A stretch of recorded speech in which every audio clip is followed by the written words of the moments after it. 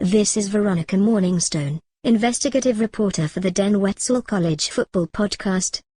I'm here today with fake Dan Beebe, the man behind the Twitter account that is not run by Dan Beebe, former commissioner of the Big 12 Conference. I repeat, this is a fake. So Mr. Fake Dan Beebe, what have you been doing since being fired? I don't like to think of it as being fired. Instead, I prefer to think of it as liberation. In the last week I've also liberated myself from the oppressive shackles of pants. Also, the buyout was huge, so that helps. So do you have any regrets from your tenure that saw this venerable league almost die on multiple occasions? Aside from the Beebe T-ramp stamp. Other than that, my biggest regret was to ever allow that mouth-breather Tom Osborne to become involved in any way. When he said I was partially qualified to become commissioner of the Big 12, I assumed it was a compliment. I thought he was comparing me to how he built the Nebraska teams of yore. It turns out, Veronica, that it was actually an insult.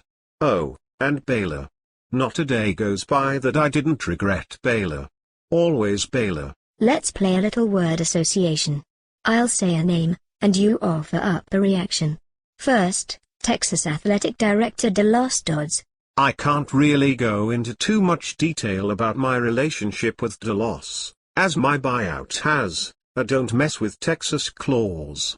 I will say, however, that some psychiatrists have advised me that his insistence on the Longhorn Network, showing teenaged boys playing sports, is a major red flag. Their words, not mine. Next name, Big Ten Commissioner Jim Delaney. Shrewdest negotiator I know.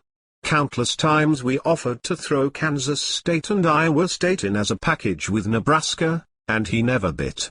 Incidentally, if any commissioners are listening to this, call Chuck and ask for Iowa State and Kansas State. I guarantee he gives them up without asking for anything back. Baylor President Kenneth Starr. I'm not sure where he came from, but he's certainly tenacious. Also, he's quite hilarious, such as calling Texas A&M a stain on the wedding dress of college football. I don't get it, but it seems accurate. This Kenneth Starr, he could have a future in politics. Interim Big 12 Commissioner Chuck Niners. Chuck is doing an excellent job of bringing reform to the Big 12, using the same principles that I had suggested countless times in the past.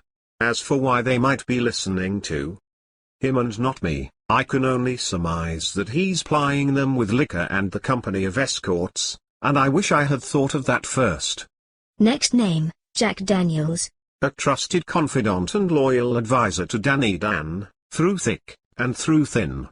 Also, it could be argued, my deputy commissioner since 2009. Missouri Athletic Director Mike Alden. The best athletic director in the world.